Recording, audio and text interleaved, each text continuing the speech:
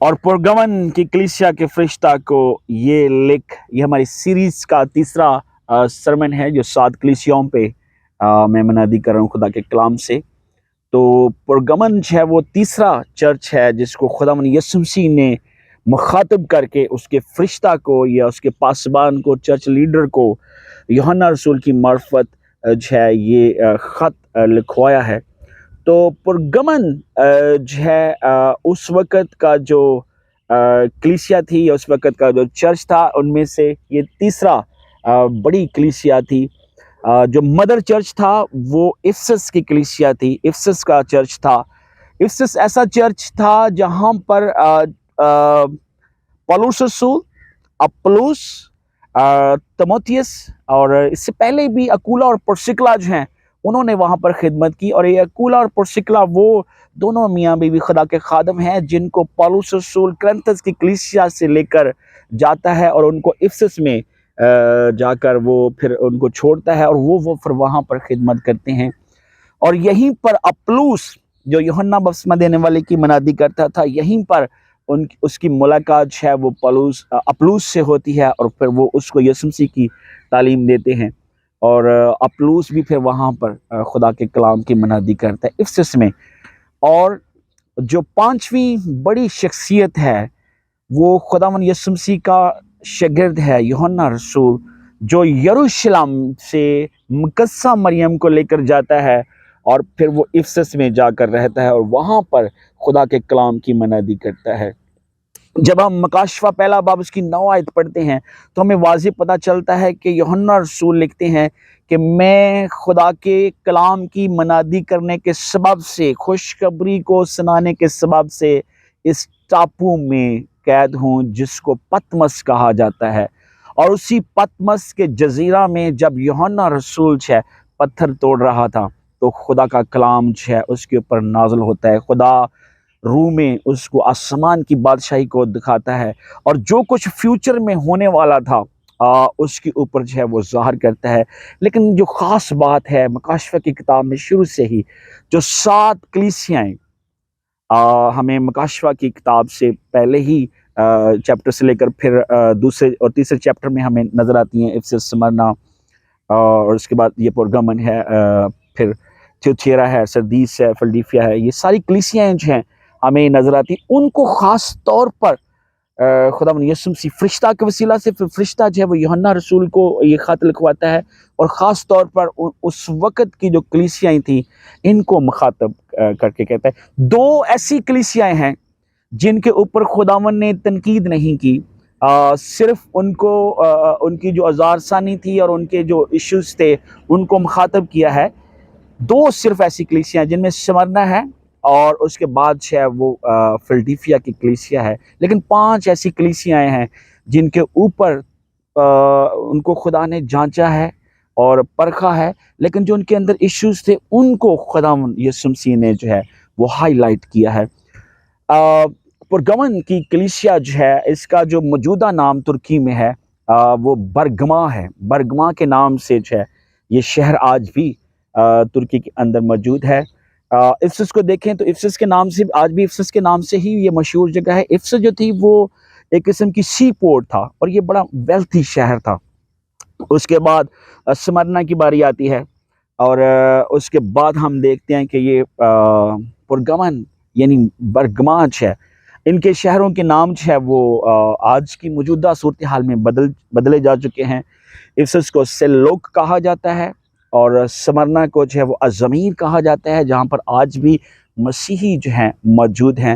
اور اسی طریقے سے پرگمن کی جب کلیسیا کو ہم دیکھتے ہیں تو اس کو برگما کے نام سے، آج بھی برگما کے نام سے یہ شہر جو ہے وہ موجود ہے۔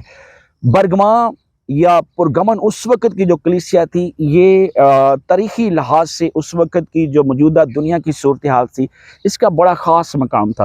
اس کے اندر جو خاص چیز تھی وہ یہ تھی کہ یہاں پر لکھنے کا کام ہوتا تھا، چونکہ اس وقت مشینی دور تو نہیں تھا، صرف ہاتھ سے بکس لکھی جاتی تھی اور یہاں پر پیپارس عام ملتا تھا، گو کہ یہ مصر میں بھی ملتا تھا، لیکن یہاں پر چمڑے پہ بھی لکھائی ہوتی تھی اور پیپارس سے جو پیپر ورک ہوتا تھا، پیپر جو ہوتا تھا اس پہ بھی لکھا جاتا تھا۔ اور اس وقت کے جو تاریخ دان ہیں بعد میں ہمیں ملتے ہیں دوسری صدی کے، کہ یہاں پر ایک بہت بڑی لائبریری تھی، یہاں پر 2 لاکھ کے قریب جو ہے یہاں پر بکس جو ہے ہمیں ملتی ہیں، اور بعد میں وہ بکس جو ہیں وہ کلوپترا جو مصر کی مشہور ایک کریکٹر ہے اس کو گفٹ کی جاتی ہیں۔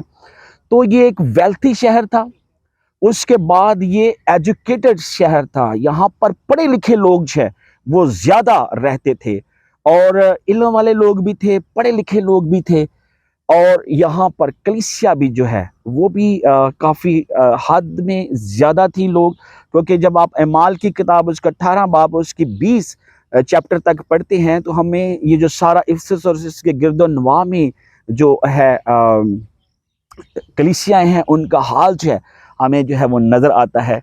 اور اس وقت یسوع مسیح کو خدا کہنا جو تھا وہ بہت ہی سخت قسم کی جو تھی وہ بلاسفیمی تھی، آپ کو قتل، ایمانداروں کو قتل کر دیا جاتا تھا، اور بہت سارے ایماندار جو ہیں وہ شہید ہو گئے اپنے ایمان پر قائم رہنے کی وجہ سے۔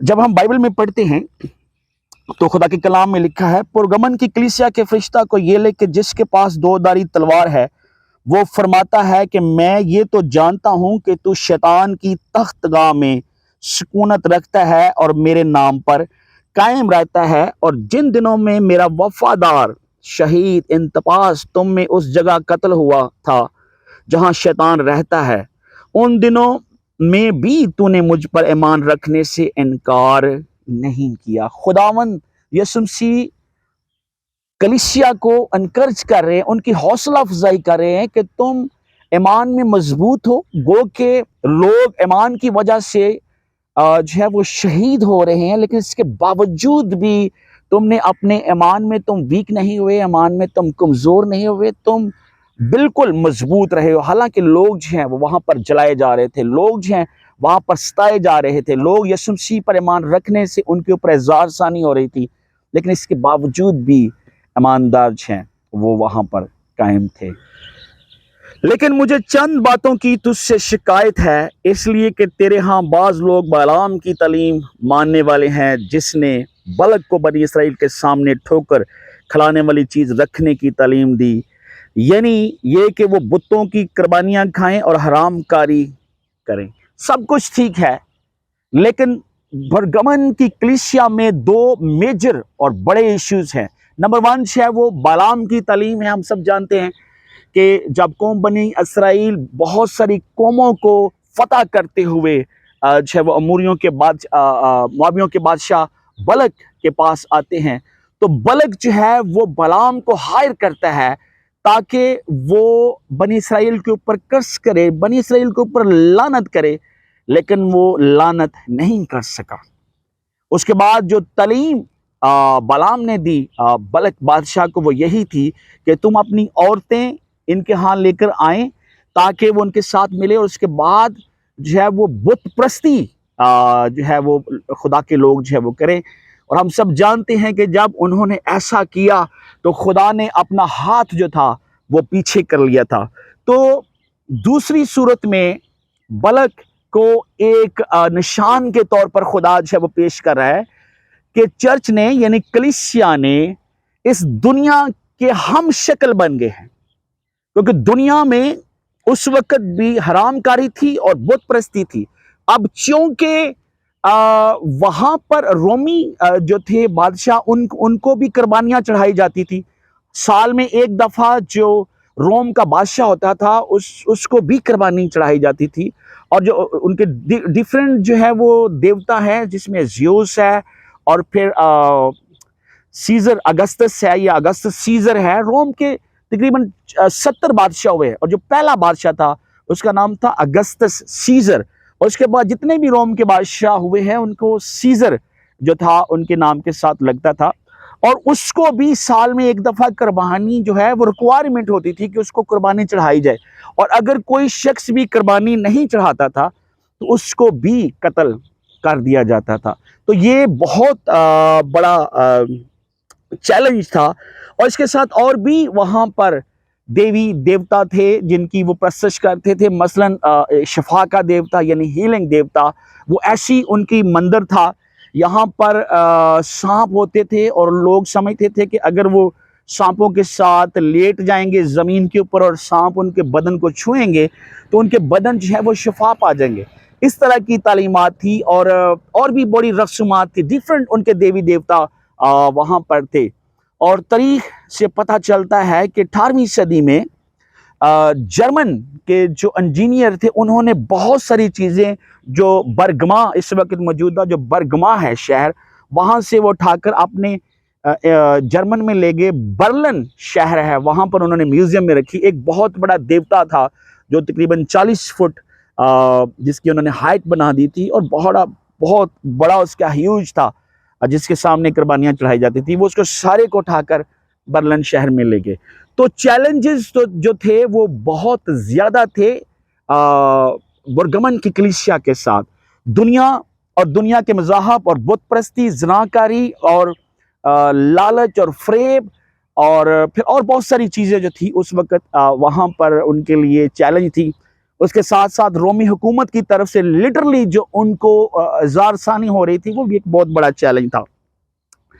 लेकिन इन सारी चीज़ों के बावजूद खुदा अपनी कलीसिया को प्योर एंड प्योर देखना चाह रहा है और जो उनके अंदर इश्यूज हैं उनको खुदावंद यीशु मसीह हाईलाइट कर रहे हैं कि तुम्हारे अंदर ये कमियां हैं, तुम्हारे अंदर ये जो हैं वो प्रॉब्लम्स हैं। तो खुदा जो है अपनी चर्च को, कलीसिया को बिल्कुल 100% जो है वो पाक देखना चाह रहा है। खुदा जो है अपनी कलीसिया को यानी दुल्हन को हर तरह के दाग और धब्बे से पाक देखना चाह रहा है। इसलिए जब हम इन 7 कलीसियों का हाल देखते हैं तो हालात जो है वो बड़े ख़राब हैं, अज़ारसानी है, मुश्किल है, परेशानी है। लेकिन इसके बावजूद जो इनके अंदर स्पिरिचुअल और रूहानी इश्यूज़ हैं जो वो गडमड हो गए हैं, जो उन्होंने दुनिया के साथ कंप्रोमाइज़ कर लिया है और मुख्तलिफ चीज़ें जो है वो कलीसिया के अंदर जो है वो एंटर हो गई हैं, उनको खुदा जो है वो हाईलाइट कर रहे हैं। दूसरा जो इनके अंदर प्रॉब्लम था वो ये था, जब हम इसकी मकाशवा 2 बाब इसकी 15 आयत को पढ़ते हैं, लिखा है, चनाते तेरे हाँ भी बाज़ लोग इसी तरह नकेलियों की तालीम के मानने वाले हैं। ये जब हम देखते हैं अमाल 5 बाब इसकी 6 आयत, तो निकोलास का जिक्र मिलता है। ये वो शख्स था जो नौमरीद यहूदी था और इसको भी अडेन कर दिया गया खिदमत के लिए। लेकिन इशू ये हुआ कि इसने जो सबसे पहला जो प्रॉब्लम हुआ कि लोगों को फजल के मतलब जो थी वो बड़ी गलत तालीम जो थी वो देना शुरू कर दी और उनको ये बताना शुरू कर दिया कि आप जो कुछ चाहें आप कर सकते हैं, जो आपका दिल करता है आप कर सकते हैं, यीशु मसीह में हम बिल्कुल जो है वो सेव्ड हैं। और जो दूसरी जो स्कॉलर लिखते हैं इस बंदे की तालीम के ऊपर कि ये शख्स जो है चर्च के अंदर दर्जा बंदियाँ यानी सुपरविजन या कलीसिया के अंदर जो है वो नंबर 1 नंबर 2 और इस तरीके से हुक्मरानों जैसी जो तालीम थी ओहदे जो था वो मुतारफ करवा रहा था कि अगर ये सीनियर है तो इसका ये ओहदा है, इसका ये सीनियर है तो ये ओहदा है। यीशु मसीह ने मत्ती की इंजील में बड़ा वाज़े इसके ऊपर बयान किया कि गैर कौमों के हुक्मरान जो है वो तुम पर हुक्मरानी जतलाते हैं और फिर ये तालीम दी कि तुम में जो बड़ा बनना चाहता है वो छोटे की खिदमत करे। मसीह के अपने अल्फाज हैं अपने मतलब कि इब्ने आदम जो है वो खिदमत करवाने नहीं बल्कि खिदमत करने के लिए आया है। तो ये 2 इश्यूज हमें मिलते हैं इस शख्स के मतलब, ये जो तालीम थी जिसके मतलब हाईलाइट किया गया कि नकेलियों के, और आज भी कहीं ना कहीं ये दोनों जो चीज़ें हैं कलीसिया इनके साथ जो है वो मेल खा रही है, कलीसिया इनके साथ जो है वो कंप्रोमाइज़ कर रही है। दोनों आज ओहदे भी हमें चर्च के अंदर नज़र आते हैं और बहुत दफ़ा बालाम की तालीम जो है उसके साथ भी चर्च ने जो है वो काफ़ी हद तक जो है वो कंप्रोमाइज़ करे, टॉलरेट करते हुए हमें जो नज़र आते हैं। फिर उनको जो तंबीह की गई है, बस तौबा कर नहीं तो मैं तेरे पास जल्द आकर अपने मुंह की तलवार से उनके साथ लड़ूंगा। जो टाइटल खुदा यीशु मसीह ने अपने लिए अगर ऊपर हम देखें तो दिया है کہ पुरगमन की कलीसिया के फरिश्ता को ये लेकर जिसके पास दो धारी तलवार है वो फरमाता है। मकाशवा 19 बाब जब हम देखते हैं तो वो दो धारी तलवार है वो खुदा के मुंह से जो निकलती है, जो शोल्ड है, जो दालत करेगी, वो हमें वहाँ पर नजर आती है। ये सेकंड कमिंग के मतलब है, आमदसानी के मतलब है, क्योंकि जब यीशु मसीह दोबारा से अपनी कलीसिया को लेने आएंगे तो वो फिर अदालत करेंगे, फिर वो जज करेंगे। आगे लिखा है, जिसके कान हो वो सुने कि रूह कलीसिया से क्या फरमाता है। अब दो बड़े रिवार्ड या दो बड़े इनाम जो हैं खुदा यीशु मसीह कलीसिया के लिए हैं, और वो दो बड़े इनाम क्या हैं? लिखा है, जो गालिब आए मैं उससे पोशीदा मन में से दूंगा। That is number one. ये एक नंबर वन चीज है कि जो गालिब आए मैं उससे पोशीदा मन में से दूंगा। यानी वो कलीसिया, वो ईमानदार जो दुनिया में रहते हुए चैलेंज और दुख और मुसीबत बर्दाश्त करने के बावजूद भी ईमान में मजबूत रहें, यीशु मसीह में कायम रहे और उसके कलाम के मुताबिक चलते रहें, उससे डरते और खौफ खाते हुए जिंदगी गुजारें, और फिर वो सारी अबलीस की सारी जो आजमाइशें हैं जमीन पर रहते हुए और दुनियादारी की सारी जो आजमाइशें हैं उनके ऊपर जो गालिब आते हैं, जो चैलेंज को बर्दाश्त करते हैं, जो अज़ारसानी को और मुसीबत को और दुख को बर्दाश्त करते हैं, उनके लिए दो बड़े रिवार्ड है। नंबर वन रिवार्ड ये है कि मैं उससे पोशीदा मन में से दूंगा। आज भी इसराइल, उनके लिए जो अहद का संदूक है, जितनी उसमें से चीज़ें रखी गई थी, जो 10 अहकाम और मन और हारून का आसा जो था उसमें रखा गया था, उनको इवन उन चीज़ों को देखना बड़ी बात है। उन चीज़ों को देखना ही मन करता है कि हम देखें। और फिर आज हर ईमानदार का ये दिल करता है कि काश मैं उस मन को चख सकूं जो आसमान से उस वक़्त अपने लोगों के लिए आता था। तो मन जो दरअसल है ये यीशु मसीह है, क्योंकि यीशु मसीह जो है वो जिंदगी की रोटी है।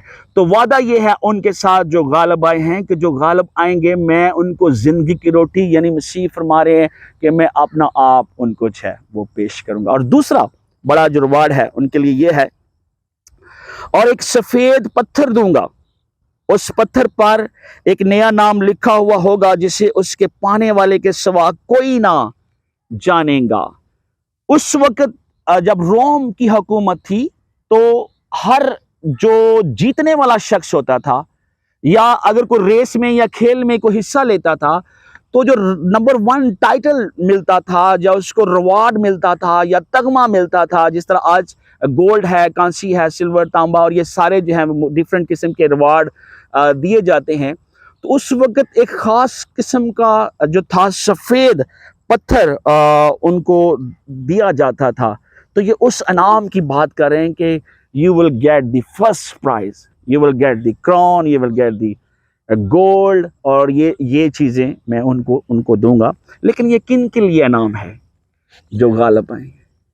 कलीसियाओं को जब हम हाल देखते हैं, सातों के सातों चर्चेस और स्पेशली स्मरना की कलीसिया के ऊपर बड़े इज़हार-सानी थी, लेकिन इसके बावजूद है वहाँ पर वो कायम है, और वो लिखा है कलाम में कि जो आखिर तक गालिब आएगा मैं उसको ज़िंदगी का ताज दूंगा। हर कलीसिया में जब ख़त लिखे जा रहे हैं तो उनके लिए एक रिवार्ड है, उनके लिए एक इनाम है। आज भले जितनी मर्जी आपके पास एक्सक्यूज़ेस हों, इश्यूज़ हों, प्रॉब्लम हों, खुदा आज भी ये रिक्वायर करता है। अगर खुदा उस वक्त की कलीसियाओं के साथ जब यीशु मसीह को इवन खुदावन कहना जो था वो जुर्म समझा जाता था, आज हमारे पास फिर भी बहुत ज़्यादा आज़ादी है। हम यीशु को प्रेज़ कर सकते हैं, वर्शिप कर सकते हैं, हालात जैसे भी हों। जब हम खुदावन में कायम रहेंगे, मसीह में कायम रहेंगे, तो खुदा के पास बड़ा रिवार्ड है। और खुदा उस वक्त की कलीसिया के हालात को भी जानता था। खुदा के कलाम में सातों कलीसिया को अगर आप पढ़े तो लिखा मैं जानता हूँ, मतलब मैं तुम्हारे हालात से, तुम्हारे दिल से। पिछले जब हम आगे जाके हम पढ़ेंगे थियोथिरा की कलीसिया को पढ़ते तो लिखा खुदावंद के कलाम के जो गुर्दों और दिलों का जांचने वाला है। आज खुदा आपकी हालत से भी वाकिफ है, कलीसिया की हालत से भी वाकिफ है, आपकी परेशानियों से भी वाकिफ है। जब हम कायम रहते हैं मसीह में तो आसमान पर एक बड़ा रिवार्ड है, और ये रिवार्ड उनके लिए है जो गालिब आते हैं। God bless you all.